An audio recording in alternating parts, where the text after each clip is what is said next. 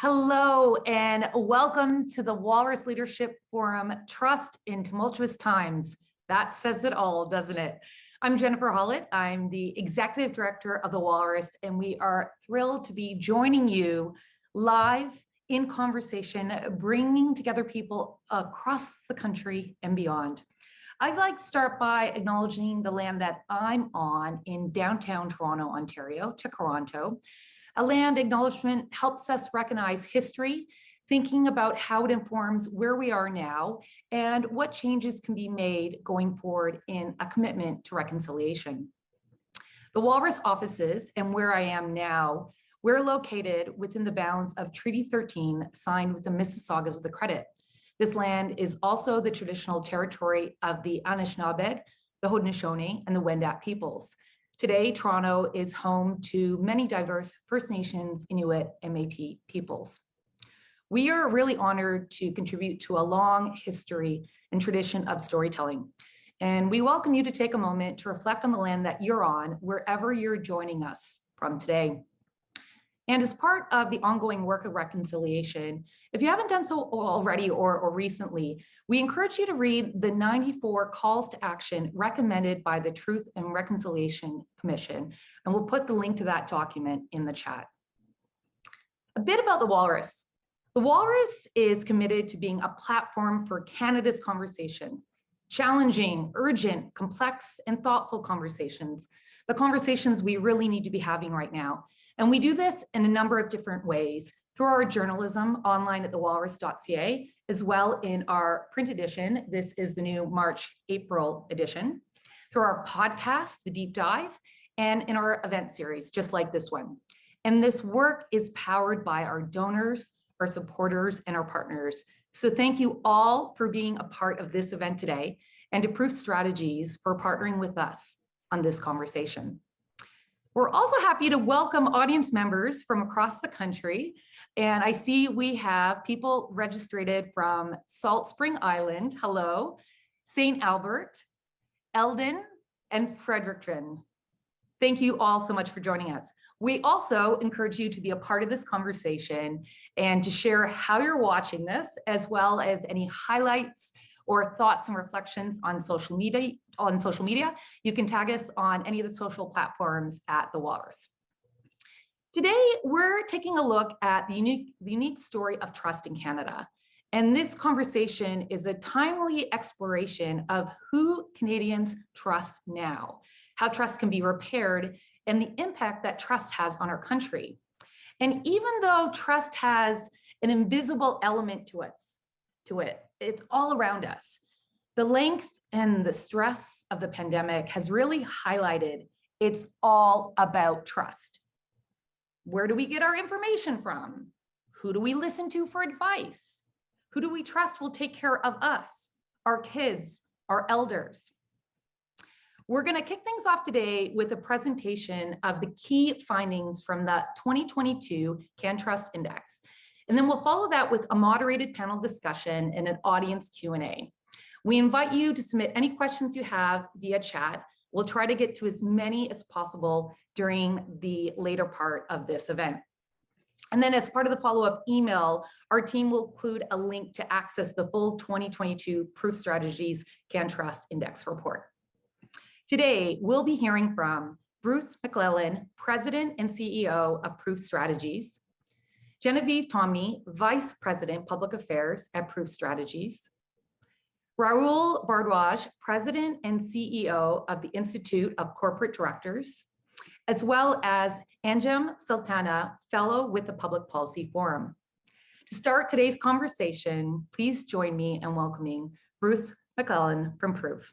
Hi, Bruce.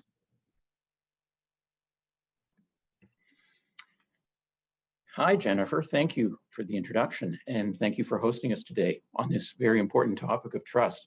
I'm pleased to be here with Genevieve and Rahul and Anjum, as well as the more than 320 people from across Canada who have joined in. Good morning or good afternoon to all of you, depending on where you are. Last fall, when we chose the topic, the headline for this session, we had no idea how much the word tumultuous would be prophetic. At that time, we had not heard of the Omicron variant. We had not yet heard of protest occupations in Ottawa or bridge blockage in Windsor or other border crossings. We had not certainly been discussing the Emergencies Act and its ramifications, and we certainly didn't expect a horrifying war in Europe. So as we can see, trust is under a lot of pressure these days. It's not easy being trust, and it's important that we're having conversations like this one today. Our Proof Strategies Can Trust Index is designed to shed a light on trust in Canada and the specific aspects of trust in Canada with our people, our culture, and our institutions. A Made in Canada study is essential because trust is situational and it's influenced by local values, culture, diversity, or events. We have a serious crisis of trust in Canada, particularly with government and with politicians. And Genevieve will talk more about this. But the plummeting trust in those areas is symptomatic of frustrations that have been growing in our country in a number of areas, leaving people feeling either frustrated or even powerless in the face of these changes, which include the impacts of climate change, the impacts of globalization, disruptions in the oil and gas energy sector, pipeline tensions in Canada, and other political issues. As all of these challenges and frustrations have grown, it's unfortunate that politicians are exploiting the differences by creating wedges. Rather than trying to unite Canadians, they're dividing Canadians for political gain. Even in recent times, the COVID vaccines have become a wedge in Canadian politics. And we see that all sides are to blame in this.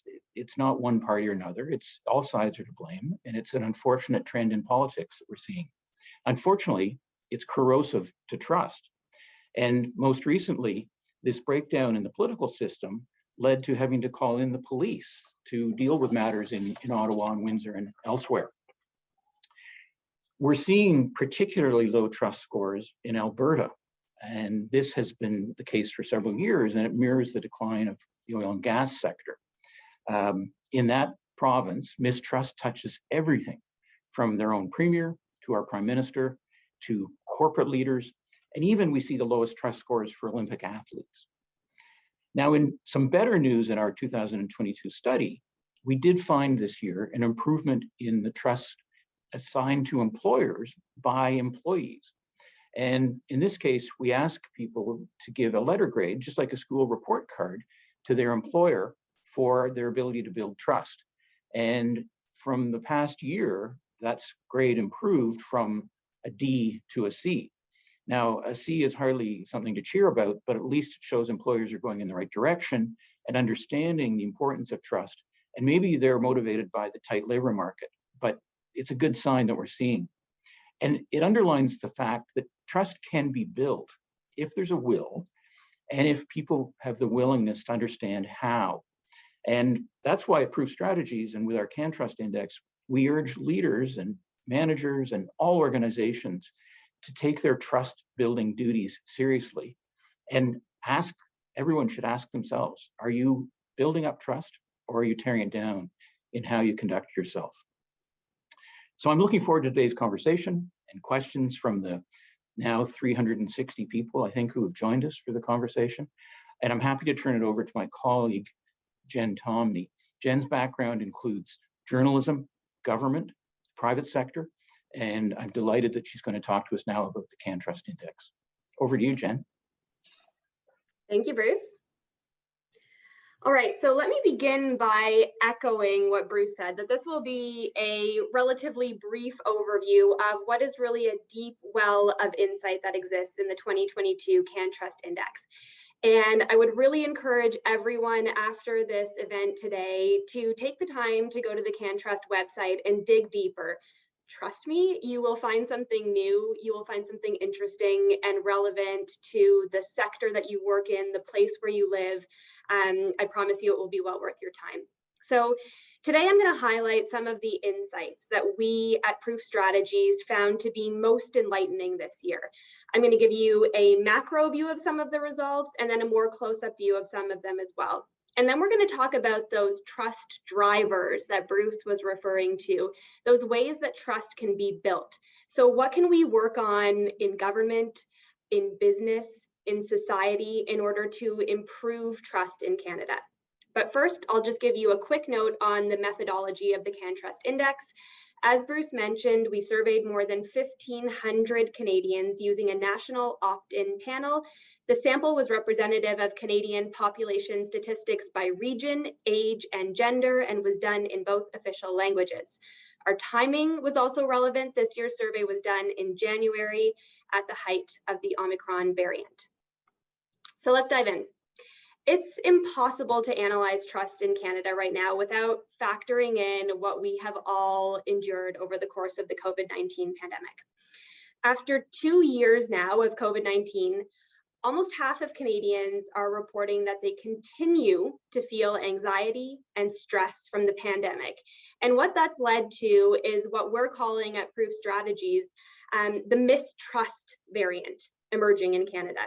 And that's because of an interesting correlation that we have noted between anxiety levels and the trust of Canadians. So approximately 1/3 of Canadians who say they felt anxious about the pandemic at first, but now feel better, are showing higher levels of trust in most areas of our survey.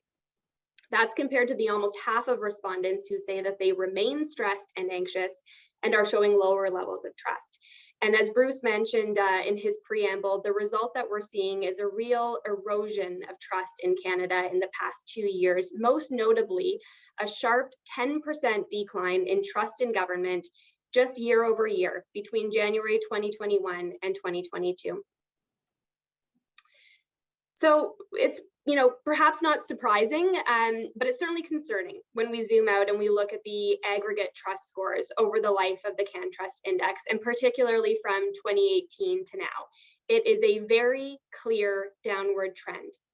And what this decline is showing us is that Canadians have become more suspicious generally.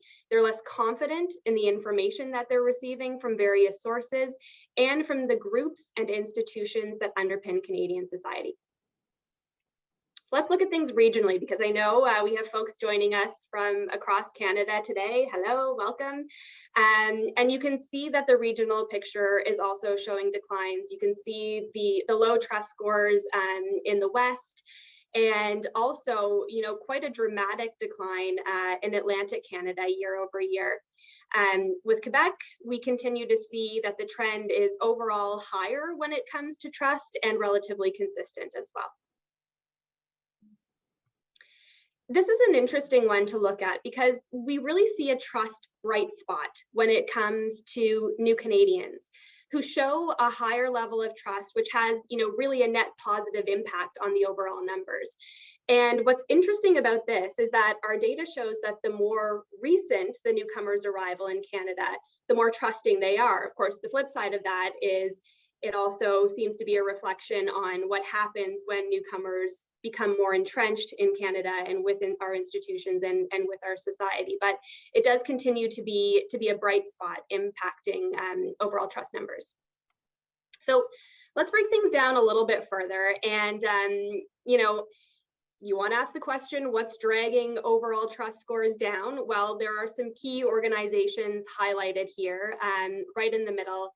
News media and governments. And only 22% of Canadians trust government right now to do what is right for Canada, which is a 10-point drop, as I mentioned, year over year, and an all-time low. And when it comes to news media, again, we're seeing a concerning drop.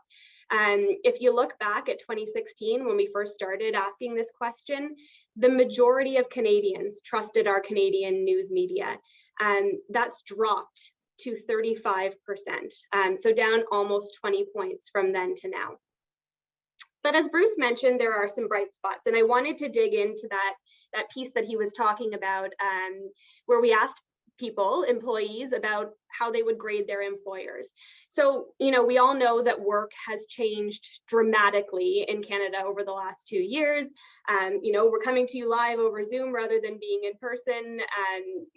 we're working from home, we're working from offices, we're turning into a real kind of hybrid situation now as things are unfolding. And what we've seen is that this year, Canada's employees are giving higher grades to their employers about their capacity to build trust during this pandemic. Of course, as Bruce mentioned, an increase from a D grade to a C grade is not,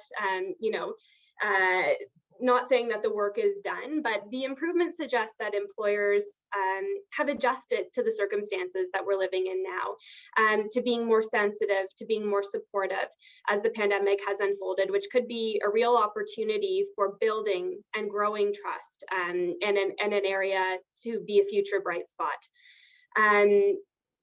So wanted to pivot now to trusted sources, because I think, more than ever with what we're seeing unfold on our television screens in the world, we know that we're living in an age of disinformation. And so we wanted to look at where are Canadians looking for trustworthy information and where are they finding those trustworthy sources. So you can see our pie chart here. And some of the encouraging signs are that trust remains highest for doctors and scientists in terms of providing reliable information. We also really trust our friends and our family members. You can see there that light purple wedge, 65, is how we feel about our friends and family members. But where this gets interesting is when we break it down to compare Canadians' trust in these sources for general information versus their trust in these sources on pandemic-related information. And here we see drops for every single source. And one of the pieces that was interesting to me is that we see the most dramatic drop when it comes to whether or not we trust our family and friends to give us trustworthy information related to COVID-19. It shows we're less trusting right across the board when it comes to the information that we're receiving about the pandemic. Next up, I want to spend just a moment on this slide, because I think it really sets up the last section that we're going to get to, which is discussing what we can and what we need to do in order to build trust. I'm sure we've all heard the expression used over the last couple of years that we're all weathering the same storm, but we're in very different boats, depending on what our circumstances are or what our privilege may be. And this chart is a really perfect illustration of that.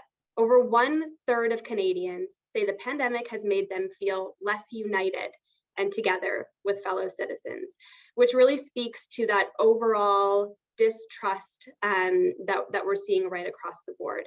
And we've been doing this CanTrust Index for a long time. And we always get the question every single year, particularly as we've been seeing these dramatic declines, what do we do about it? And as Bruce mentioned, I have worked in government, I've worked in politics, I've worked in media, and I always chuckle when that question inevitably comes up in a debate or in a media scrum. Why should anyone trust you? And it always feels like such an abstract, nebulous question and a difficult one for anyone to be able to answer effectively, when it really doesn't have to be. Because the elements that drive corporate trust in Canada have remained stable in all 3 years that we've asked this question. Focusing on employee safety and well-being, having values that are close to my own, having a leader that communicates openly. You can see more here. These are very clear metrics. And this year we also asked this question. When it comes to important issues such as climate change, racism, and social equity, do you think business leaders should speak out? Or should they not speak out and take positions on behalf of their company? And here, more than half of Canadians believe that business leaders should speak out about important issues regularly. Issues like climate change, issues like racism, issues like social equity. It's incredibly telling. So, if we want to build trust, it's abundantly clear that values and, most importantly, actions matter a lot. As a leader, if you don't have the trust of your people, it's going to be difficult to get anything done. Anyone who has been a leader in any capacity knows that that is the case. But trust can be built through consistent, demonstrated values and competency. It's about saying what you're going to do and then doing what you say. over and over and over again. That's how you build trust. There's a lot more to say on this, and I know we are all very much looking forward to the conversation that is to come. So I'm very happy to hand things back over to my colleagues. Thank you. Thank you so much, Genevieve. I'm going to give you an elbow bump from my screen to yours. Really appreciate that presentation. Wow, lots to take in and think about, and I'm excited for the Q&A coming up.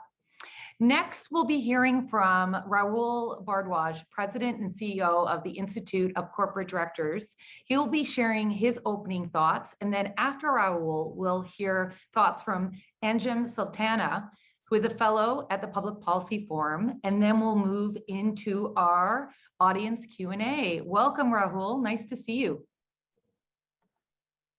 And nice to see you as well, Jen. Thanks very much. And what a great kickoff to the event. There's some fantastic comments already, and the data rich as well. It's very data rich. I'd like to share 3 comments with you to amplify some of what we've already heard today. I want to start off with something that I've been tweeting about the last couple of years and strongly believe in, and that is that financial capital, money, might make the world go around, but it's social capital, trust, that's actually what's holding it together. And I describe that as being the connective tissue in society and so many other things. And we're going to explore that a little bit more when we get into our discussion in a few minutes. But if it's financial capital that makes the world go around, I believe it's social capital or trust that's actually holding it all together. And it's just not a random statement. It's something that we've actually brought into our very purpose at the Institute of Corporate Directors. And I want to connect those dots for you. So trust is in the very purpose statement with us at ICD. We exist to build trust in Canadian organizations, and our ping in the universe to building that trust is actually helping boards get better at what they do. So it's about developing the capacity of Canadian boards of directors, because we believe that better boards making better decisions will ultimately build a better Canada. And having a better Canada that's built on a foundation of trust is going to be critical for a better future. So when we start to think about trust in Canada from an ICD standpoint, you can think about it from a business perspective. It's important to have trust by your regulator. It's important to have trust by your investors. So we want other people around the world to be able to feel that they can trust Canada when they put their money into Canada, into our companies, as we want them to, but also as they put their future in Canada, when we want them to immigrate here or send their children to university or commit to a future in Canada. It's all predicated on trust. And of course, we want to make sure that our customers and our employees also believe in the organizations they work with, which is why you've heard so much about purpose for the last while. So what have we done about building trust in Canadian organizations and boards? Well, a lot through our education programs, but more specifically, what I would like to point out today is our Trust Matters Toolkit. And I'm very pleased that we were able to develop this along with Bruce and his team at Proof. And you can see the Trust Matters Toolkit for free, the ICD website. And it's all about how to build trust. It's about working with boards of directors on how they can build trust in their companies. And not surprisingly, the first step is try not to lose it in the first place. But there's a very rich conversation starter for boards. I encourage you to have a look at it. And maybe to close off my last comment, I just want to amplify some of what you'd heard from Jen when she spoke earlier about the data itself. And that is, we really have to seriously consider the connection between trust and happiness. We're going through a time of extraordinary societal reflection, not only just coming out of the pandemic, but of the very robust conversations we've been having about mental health. So the connection between trust and happiness is very important, and it's something that we do not want to lose sight of. So thank you for inviting me today. I'm looking forward to our conversation, and I'm happy to hand it over to my fellow colleague, Anjum. Thank you so much, Rahul. And it's been great to hear your analysis, and I'm looking forward to the conversation ahead. In a world increasingly marked by crisis, like the triple threat of COVID, climate, and conflict, we need trust now more than ever. Trust in one another and trust in our institutions is what will allow us to overcome the challenges in the here and now and prepare for what comes next. During the pandemic, it was promising to see, for example, in the CanTrust Index that vaccine trust has increased. But I can't help but wonder, what else could we have done to better prepare? I think the answer lies in a recent paper that was published in The Lancet that looked at the contribution of trust to public health outcomes, specifically COVID outcomes. It found if all countries in the world had the same levels of trust that a country like Denmark has, which is in the 75th percentile, we would have been much better off. So take, for example, trust in government. If we had the same levels as they have in Denmark, we would have seen a global decline in COVID infection rates, looking at 13%. Similarly, if we had the same level of trust in one another that we do, for example, in Denmark, we would have seen a global decline of 14% when it comes to COVID infection rates. So this shows us that trust is not a nice to have, it's essential. Now, not everyone experiences trust in the same way. For example, as Jen shared in the study, newcomers to Canada have higher levels of trust compared to people born here. It was interesting to see how newcomers recharge our collective trust battery. But it made me wonder, what are we doing to earn their trust? How are we ensuring that we retain their trust and allow that fulfillment of the Canadian dream? Putting on my public health hat, I think about the healthy immigrant effect. When people first come to Canada, they're much healthier than the Canadian-born population. But over time, due to inequitable distribution of the social determinants of health, their outcomes decline. And so things like access to a good job, things like access to paid sick leave, income security, having an affordable place to live. This is not just an economic issue, it's also a health issue, and maybe something that we need to think about when it comes to trust as well. We also see that trust is lower for younger generations. Over time, it seems that it's improving a bit, but there's more to be done. And I can't help but think about the fact that young people have experienced more than once in a generation events. So for example, they've experienced the 2008 recession, they've experienced the pandemic. They're also experiencing the potential economic hangover of this time and may risk becoming a lockdown generation. So we really need to think about how we're also building trust for our youngest generations. Now, what I also saw in the study is that there are these bright spots. And for me, it's on the way we can start to build more partnerships within the education system, for example, that has a high level of trust, or the nonprofit sector. What can we do to better invest in these sectors so they can enable all of us to have greater trust in one another and trust in other institutions? Now, as we build back better in these tumultuous times, we need to keep at the center not only the health of our economy, but also the health of our society. And we really need to see trust and social cohesion, the collective bedrock we all invest in for a recovery that works for everyone. So with that, I'd like to thank you, and I look forward to the conversation ahead. Thank you so much, Anjum, as well to Rahul. These are great ideas to consider for our conversation. Now let's bring back to Zoom Bruce and Rahul, and we'll get into it. A reminder to our audience, if you have a question for anyone on our panel, you can enter it in the Zoom chat box, or if you're watching on Facebook Live on the comments, and we'll do our best to get to as many questions as possible. I know I have a few to start us off. In the report, almost half of Canadians, 46%, say they continue to feel anxiety and stress for the pandemic. I have to say, Bruce, I was ready for 90% because I'm still feeling it. How much does that spill over to the other questions and categories, Bruce? What can you tell us there? Well, the study, you're right, Jen, we shouldn't be surprised. There are a lot of Canadians who still feel stress and anxiety about what's going on with COVID. But we felt it was important to point out that it does correlate to trust. And the Canadians, about 30%, who said that they feel like they were stressed, but they're now over it and they're feeling more themselves again, showed significantly higher trust levels across the board.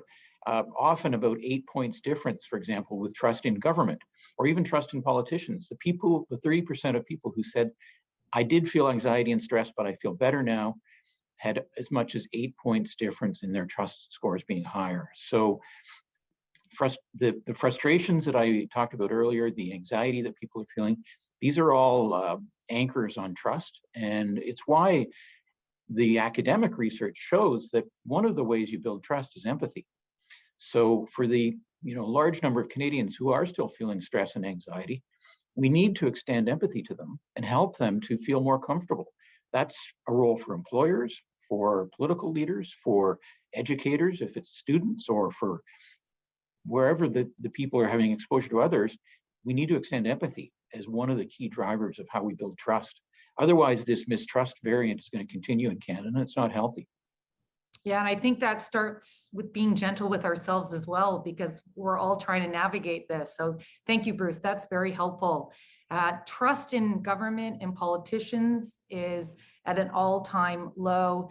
Anjum, how do we start to turn that around? I mean, the big joke is when politicians tell people what they do, they say, I hate politicians, right? It's not a lot of, there's not a lot of respect, I think, when you're in the job. It's such a tough job.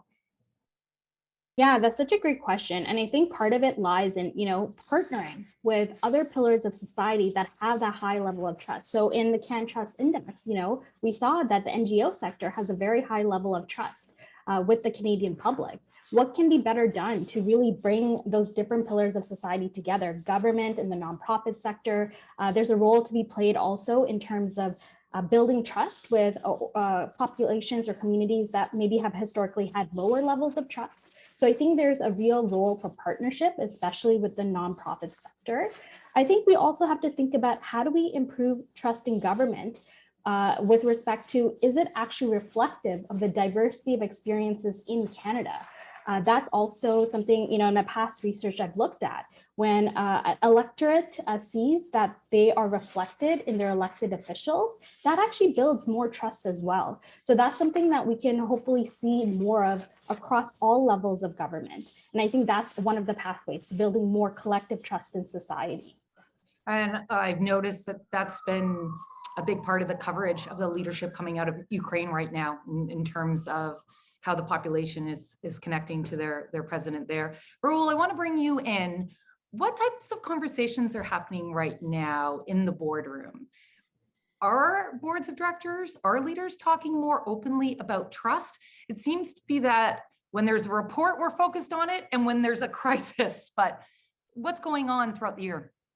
It's a great question. And I'd say that they are very much talking about it amongst all the other million things they're talking about, from uncertainty to cyber to digital, you name it. But it's such a foundational piece of any business, or for any system for that matter. I think you were hearing a lot of them speaking about, trust in the regulators.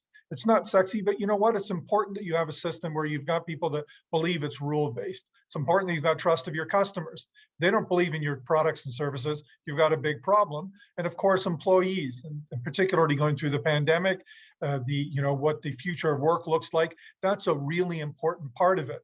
But I've also highlighted that all of those parties might have conflicting interests from time to time. So how do you really build trust in a multi-stakeholder environment?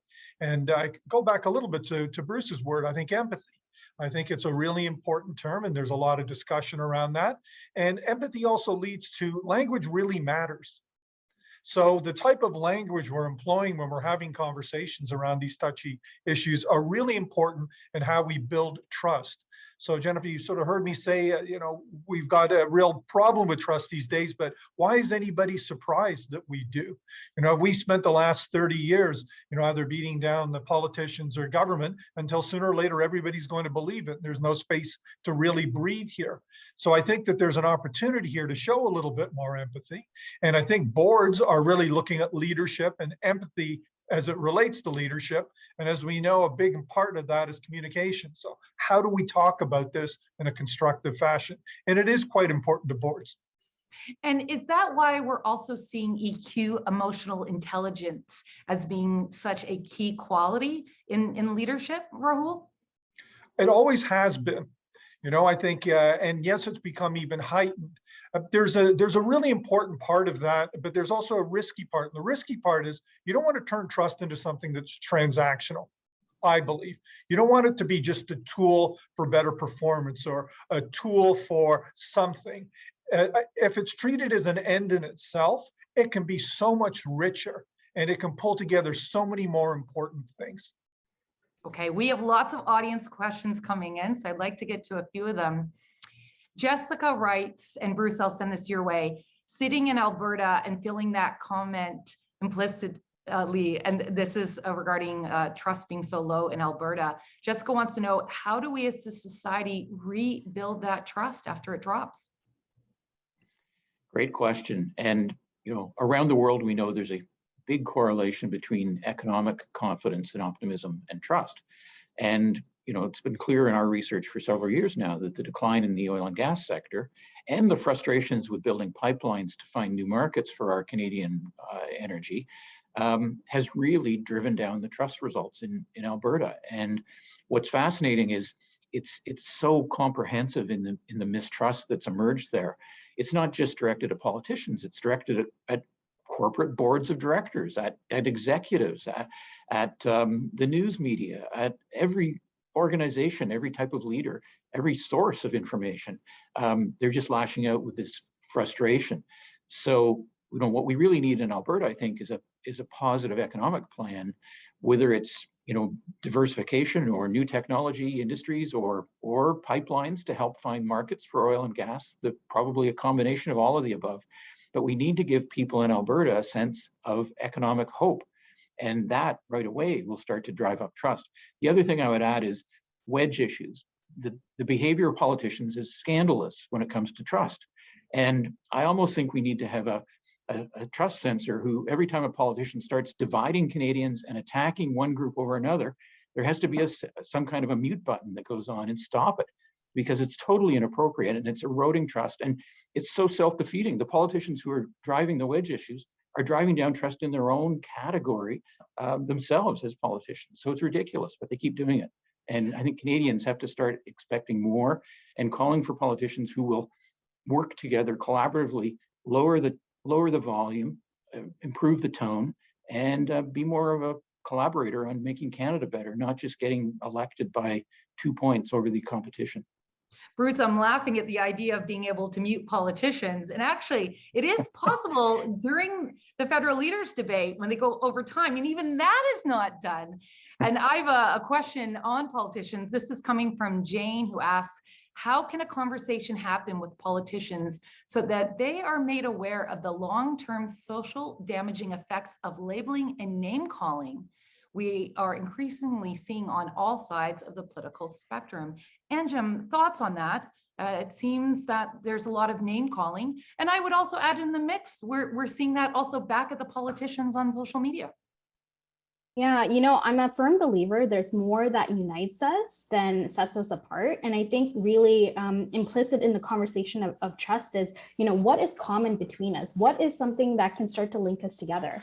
And with respect to, elected officials, government writ large, actually understanding more of the reality that people are experiencing, I think, again, we need to start to, point the picture when public policy is no longer fit for purpose, or when people are falling through the cracks of public policy. I think we need to do more to illuminate. And again, we need to look at trusted partners to help bring that conversation into the limelight, into the spotlight, because I think we can all do better in terms of having a richer understanding of the issues above and beyond the headlines. And I think right now, there has been this kind of push towards sound bites and a push towards just getting the initial information about an issue, but we need to go deeper. And I think that's where we need partnerships, we need collaboration, but we also need to create more time and space for this type of conversation, this type of dialogue. I think when I think about our recovery, economic recovery is going to be part of the conversation, our health recovery is going to be part of the conversation. But we really, as a society, need to start to think about what are we going to do around social cohesion? Because you've seen in many instances very recently, but also just throughout this pandemic and even before, the ties that bind us are starting to fray, and in some places have already frayed. So we need to do more to start to build that cohesion and that trust. Rahul, I'd love to get your thoughts on this. Sorry about that. There's a very rich conversation. It leads me to think about, competition has, built a lot of things, but collaboration is really the way forward. And I don't think we've figured out how to reward collaboration. We've done a really good job of rewarding competition, so we get a lot more of it. At the end of the day, we really do need to think about how do we reward people, politicians or others, to do what we really hope to do. And we know that we've got some huge issues facing us as a society and as a species, and it's going to require extraordinary will, sacrifice, collaboration, and all of these will be foundational if you've got trust. So I think the key here is really figuring out how do we reward people for the type of behavior we'd like to see in building trust. I'm also finding that these times are so amped that even when you agree with someone, it sounds like you're disagreeing. It sounds like you're shouting.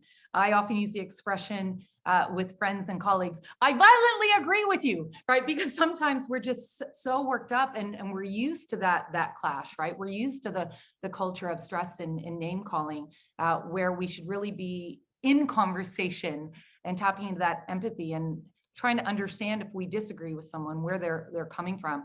All right, we have a couple questions here with a similar theme. John asks, what do we do about those that undermine public health and trust in our institutions? It's becoming hard to push back against untruths that undermine trust. And similar, Kristen says, can you speak to the role of disinformation and the spike in distrust in Canada? Bruce, would love to get your thoughts. I know a lot of people will say, I don't know who to believe anymore. And that's a huge advantage to mis and disinformation. Yes, well, I guess, we've been talking about the problems we have with trust in Canada, but it is worth noting, so we don't forget, that over 80% of Canadian adults have been vaccinated and chose to trust the vaccines. It's probably one of the biggest coalitions of trust that we've seen in recent times. So I look favorably on that fact. And what we also have seen through the pandemic is a very strong, unwavering trust in science, in medical doctors, in educators, and even in the specific roles of chief medical officer of health or provincial medical officers of health. They have all held up through this grueling 2 years of pandemic as the most trusted figures in our society. So I think there's a lot of good that we see in how Canadians look for information and who they trust for that information.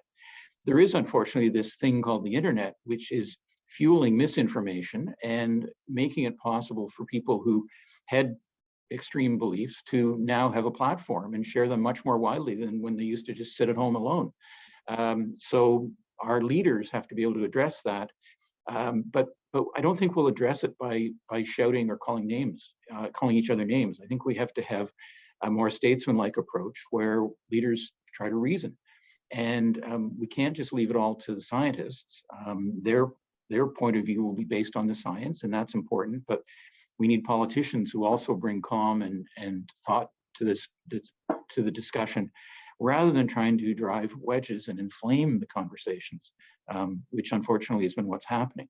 If your first response to a person is to bring up call them a Nazi, we're not going to achieve any collaboration. And Rahul's right to point out that that's what we need to do, is find ways to reward collaboration. The last thing I'll say before this answer goes on too long for you, Jen, is values. When we ask Canadians what will drive a higher trust level in an organization or a brand, the number one reason or point they make is a way to connect on my values. When I see an organization that reflects my values and talks to me about those values and how they translate into action, that is the most important way that we can build trust, by connecting with people on values. And the good news is, whether you're an Albertan or a Nova Scotian or in Yellowknife, there's a real strong set of values that Canadians all support. And if our politicians and our business leaders and not-for-profit leaders can connect with those values and the audiences that they need to talk to, I think we'll see real progress there with trust. I think your answer also highlights the importance of media literacy in this time as well. Thank you so much, Bruce. This question is from Tessin. Are there ways to build trust universal across generations and folks with different identities? Or are there important conversations that need to be taken into account when trust building amongst different groups of people? Example here, Indigenous peoples. Anjum, I'd love to hear your thoughts on it in terms of whether it's different groups of people or different generations. Yeah, I believe adjacent to trust is truth. So really getting a fundamental understanding of the truths that people are experiencing, that they have experienced for generations immemorial. And I think that's the bedrock. In addition to, thinking about trust and social cohesion, it needs to come back to truth. And I think as a society, as a Canadian society, we've been having a lot of truthful conversations throughout the pandemic, especially I would say, 2021, 2022. And I think we need to continue that, but also to a point that was made earlier, actually get that translated into action. So now that we know, and we know the reality of what different communities across Canada are experiencing, what is a tangible step forward that we are going to take to address that? And how are we actually coming back to community and continuing to share our progress? I think it's easier to say than to do, of course, but I think that's, again, similar to a point that Rahul mentioned around how do we incentivize collaboration. We also need to incentivize this type of truth telling and sharing back and continuously keeping different communities engaged in conversations. And this is, again, something that's important in the private sector, something that's important for government, something that's important for the nonprofit sector as well. And I also think this is something we need to start to build skills around. It's not something that you can just, one day pick up and start to do. This is where I think our education system also needs to start to build this in. How is our education system also teaching us about building trust and collaboration? That's also one of those fundamental skills moving forward as well. Yeah, go for Would it. you mind, can I sort of I just want to amplify a point that Anjum made, which is a really important one, because I think implicit in this question is diversity. Does it help build trust, or is it actually a problem to building trust because you have all these different points of view? And if you can appreciate being in Canada, that's a really important question. So I think, Anjum mentioned education, and there's another thing I will put on the table. There are two really important pillars of Canadian society, I think, that help build that trust. One is our public education system. Really important. And I think it's a gem that we really need to focus on. The second one is, I think we've got an extraordinary tradition of volunteerism in Canada.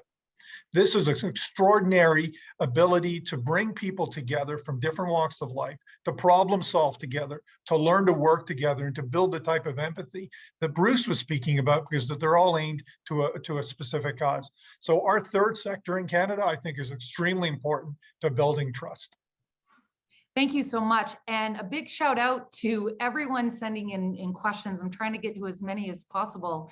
David is interested in thoughts on the impact of the echo chamber, people reinforcing their views by only trusting people who hold the same view. I think we're all guilty of this a bit. Bruce, any ideas on how individuals, organizations, boards can encourage that respectful change of ideas outside of what we already agree with? Like, how can we learn to better disagree? Yes, well, again, no doubt that there is the echo chamber effect of social media, and it's another part of life that we now have to accept and work through. I think this is where there's a role for education. A great point that has been made by Anjum and Rahul. We know that higher education correlates to higher trust. Education teaches people to be thoughtful and to conduct critical analysis, not to accept everything they're told, but to research and consider and analyze and then make decisions. Informed decisions lead to trust. We also there's a role for employers. Employers need people to be collaborative in their workplace. It makes businesses more successful. It makes charities more productive if people are collaborative and bringing diverse points of view together. So I think there's a great role for employers to play in breaking down the echo chamber effect and creating more understanding within the workplace, and hopefully doing it in a calm, informed, and open-minded tone.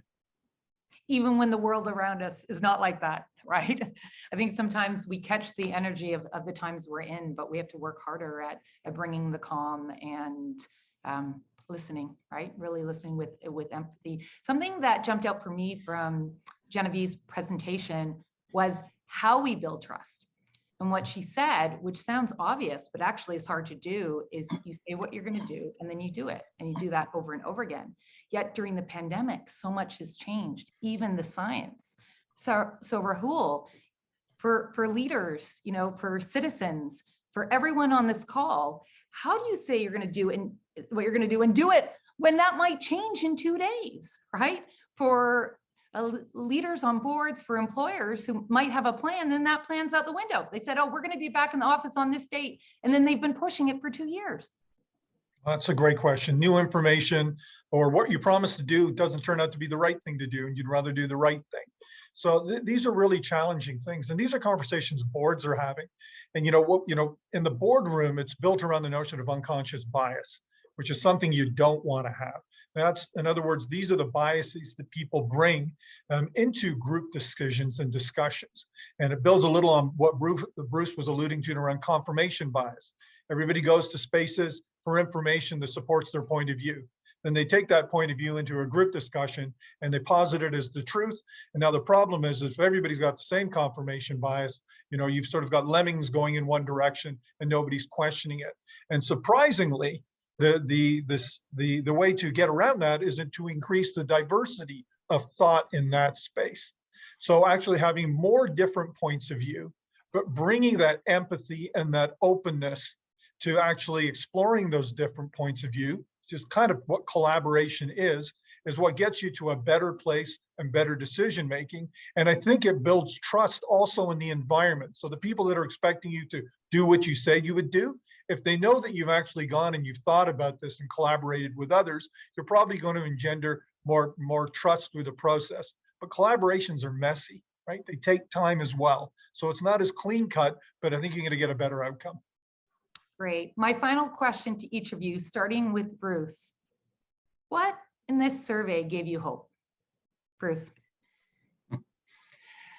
Well, a lot of things. I think that the enduring trust of Canadians in science and medicine and facts is incredibly encouraging. I also see that, notwithstanding the plummeting trust in politicians, there's still high trust by Canadians in their public services, in hospitals, in education, even in police forces, in the electoral system, in many of our government services still enjoy high trust, as well as the officials that run them. The problem we have is at the very top with the political leaders, where we need them to do more about building trust. So I'm hopeful about the values that Canadians hold and their enduring commitment to science. Thank you. Anjum. I think for me, I think about what has been saving us in this pandemic and what has really been that source of support. And it's been things like the education system, the healthcare system, civil society. And I think that also points us in terms of, provides us that compass for where we need to go next. And I think for this next phase that we are starting to, inch towards around recovery, that's where we need to put our efforts. And that's where I see perhaps the biggest return on investment as well. Thank you. And Rahul. So my sort of source of optimism is that the numbers weren't worse. So it always could be worse. It could have been worse. We've gone through some really challenging times and there's some wobbles out there, but you can still see that relative to a lot of other countries, we're still there. I mean, it's a part of the Canadian psyche and persona as well, but there's still a base to be worked off of. And now through the efforts of people such as Bruce and the team at Proof and even the work you're doing at Walrus, people understand that trust is important. So it's an important part of the narrative. And part of it is getting dirty with it, right? And being honest and having conversations like this. We are out of time, but thank you so much, Rahul, Bhardwaj, Anjum, Sultana, and everyone at the Proof Strategies office, Bruce MacLellan and Genevieve Tomney. We really appreciate this opportunity to take some time to dive deeper into the Trust Index. I also want to thank our annual sponsors, Air Canada, Inspire, Labatt Breweries, Meta, and Shaw. And thank you everyone at home for joining us. We tried to get to as many questions as possible, and we will be sure to share a link to the report in the follow-up email. If you enjoyed today's event, there's more. Next Tuesday, March 8th, YW Calgary presents the Walrus Talks at Home, Fueling the Chicovery. And then on Tuesday, March 15th, the Walrus Talks at Home, Youth and the Climate Crisis. This is going to take a look at how environmental anxiety can motivate us to make change. And then on Thursday, March 17th, Brain Canada presents the Walrus Leadership Forum, Technology and Treatment, which will focus on emerging solutions for the mental health challenges that we're facing in Canada. Just check in at thewalrus.ca/events. You can see our schedule, you can sign up. We'll also post the video from today's event, and you can take a look at our videos from previous talks and forums. Keep an eye on your inbox. As I mentioned, we're going to send you an email. The best way to stay in touch with the Walrus and to not miss out on anything, including our return to in-person events this year, is to opt into our newsletter. The Walrus is a unique beast. We're a registered charity that produces award-winning journalism, events, podcasts, and more. And we do this thanks to the support of our community of donors and sponsors. So if you enjoyed this free event, consider making a donation. You can do so at our website, thewalrus.ca. You'll see the donate link at the top. Community is so important in these tumultuous times, and each one of you is a part of the Walrus. Thank you for connecting with us here today and trusting us. Have a great day and week ahead.